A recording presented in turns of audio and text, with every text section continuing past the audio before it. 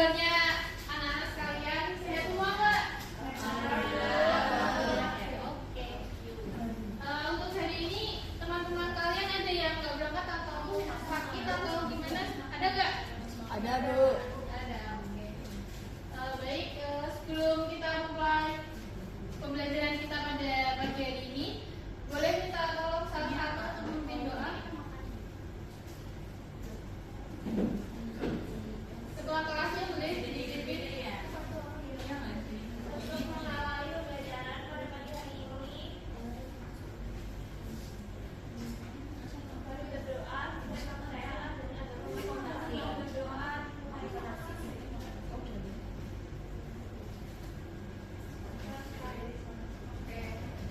Di antara kalian kayaknya kurang semangat nih.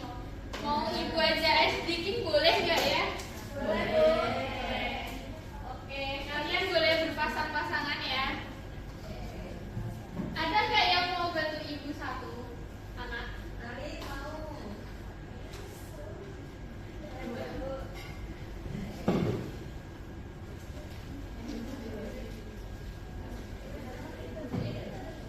Anak-anak sekalian bisa perhatiin ibu ya. Ibu contohin. Jadi kalau ibu bilang up, nanti tangan yang paling bawah naik ya. Ya. Kalau ibu bilang down, tangan yang di atas turun ya. Ya, Bu. Terus kalau ibu bilang boom, tangan yang di bawah, tangan yang di atas narik yang tangan yang ada di bawah ya. Paham nggak? Kalau bisa ketangkep ya tangannya ya. Oke. Kalian lemes banget ya, pasti pagi gini belum sarapan apa gimana kalau lemes banget? Habis kelas ini nanti sarapan ya. Ya. Bisa ibu mulai sekarang? Oke. Up.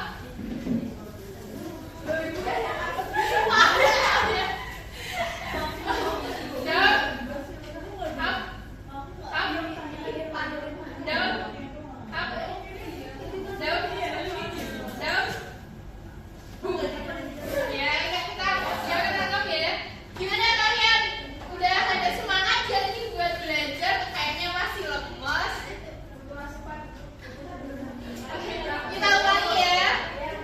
Up, up, down, up, down, down. Ya, bingung ya. Down, down, up, boom.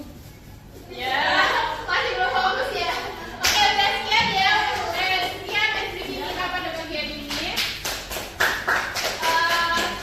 Sebelumnya, tujuan pembelajaran kita pada hari ini yaitu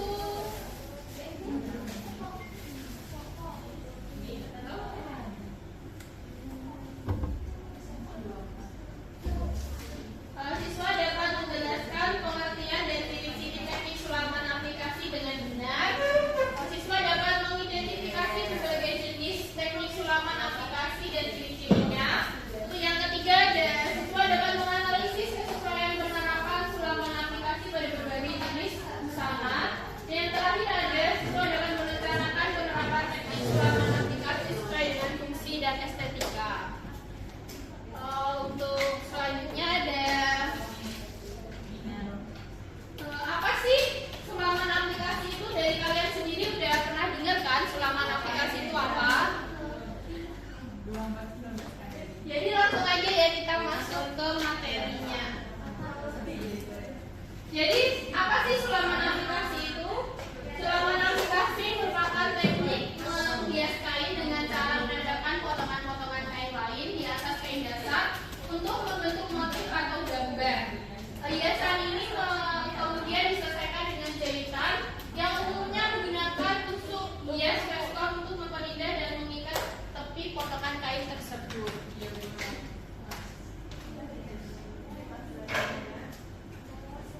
Ini ada juga beberapa contoh sulaman aplikasi. Ada juga di sapu tangan, busana anak, dan busana wanita. Dari kalian sendiri pernah nggak sih kalian lihat sulaman aplikasi pada busana-busana yang mungkin kalian pakai sekarang? Oke. Dan untuk selanjutnya ada ciri-ciri dari sulaman aplikasi sendiri. Yang pertama ada menggunakan bahan tambahan sebagai elemen hiasan, menciptakan efek timbul 3 dimensi pada permukaan kain, kombinasi antara teknik jahit dan seni rupa. Terus hanya dapat dikombinasikan dengan teknik hiasan lain seperti bordir atau payet. Terus hanya ada motif berukuran besar-besar, tidak berliku-liku, sudut tidak meruncing, dan jika motif tersebut lengkung, hendaknya lengkungan tidak terlalu curam agar nanti kalian tidak kesulitan dalam menyulapnya.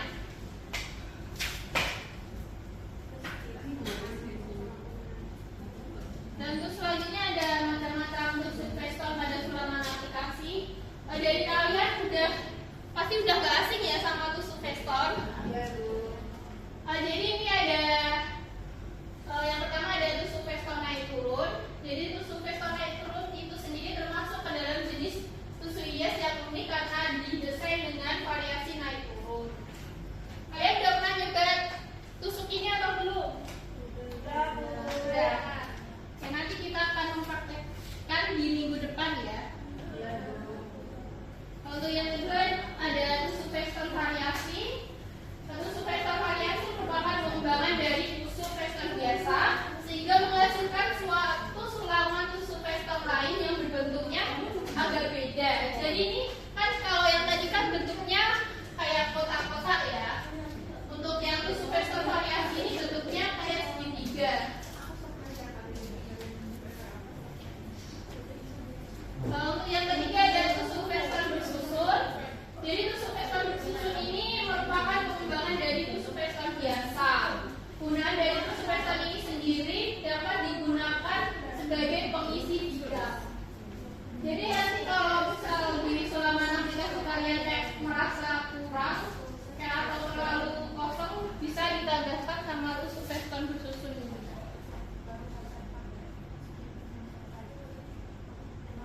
Terus selanjutnya ada fungsi-fungsi dari sulaman aplikasi sendiri. Untuk yang pertama ada fungsi estetika.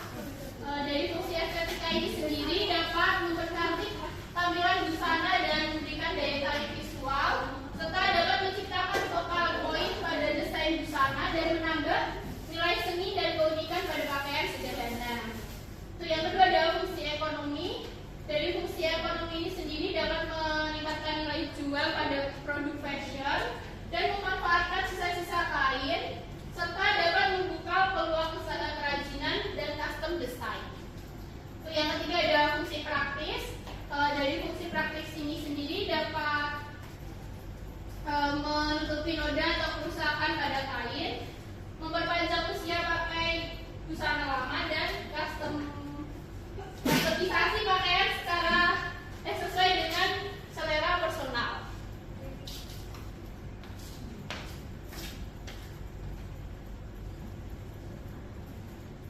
Dan untuk ini ada jenis-jenis sulaman aplikasi dari kalian sendiri. Kalian pernah nggak sih dari kelima ini melihat jenis-jenis sulaman aplikasi yang kayak ibu tampilkan di PPT ini?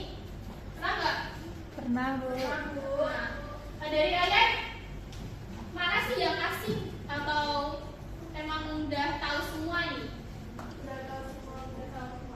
Jadi ini yang pertama ada jahitan aplikasi standar yang biasanya kita udah biasa ya kita gunakan. Untuk yang kedua ada jahitan aplikasi lipat potong.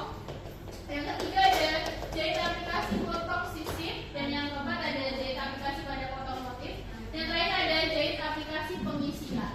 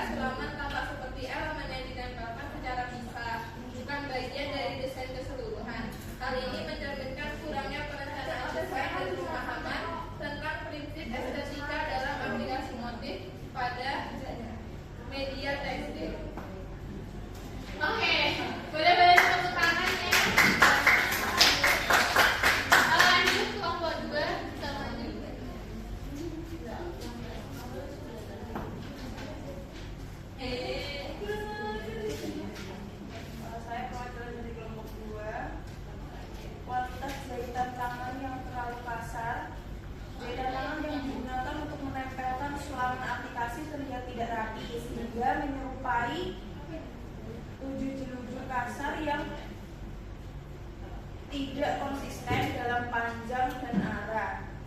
Kesan ini menurunkan kualitas visual dan teknis dari sulaman aplikasi, membuatnya tampak seperti hasil latihan awal daripada karya yang sudah melalui proses penyempurnaan.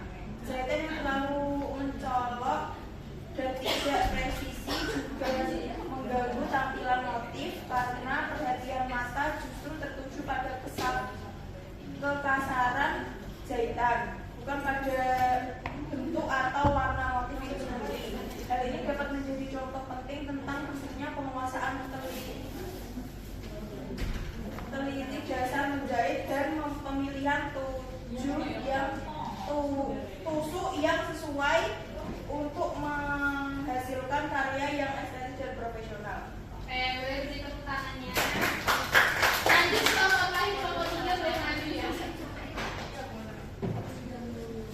Perwakilan dari kelompok kita akan mempresentasikan hasil diskusi kami. Adanya minimnya integrasi dengan sumber pakaian. Penempatan sulaman aplikasi di dekat leher tidak mempertimbangkan bentuk sumber kaos secara keseluruhan.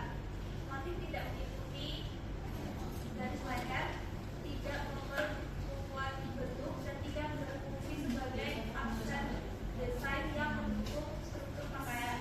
Akibatnya, sulaman tampak seperti gangguan visual yang tidak menyatu dengan desain kaos, bahkan bisa mengurangi kenyamanan atau fleksibilitas pemakaian. Hal ini menunjukkan pentingnya memahami hubungan antara desain motif dan bentuk pakaian, serta bagaimana sulaman aplikasi harus dirancang agar mendukung fungsi dan estetika busana secara menyeluruh. Oke, terima kasih kelompok 3 boleh beri tepuk tangannya. Oke, ini kita kan sudah menganalisis satu contoh sulaman aplikasi ya. Dari kalian sendiri udah paham ya apa aja sih kesalahan yang ada pada sulaman aplikasi ini sendiri? Ini ibu ada sedikit post test yang bisa kalian kerjakan, bisa di scan ya.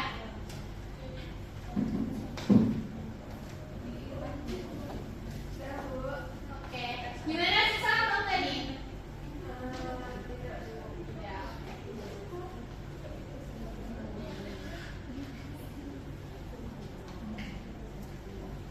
Udah semua atau belum nih?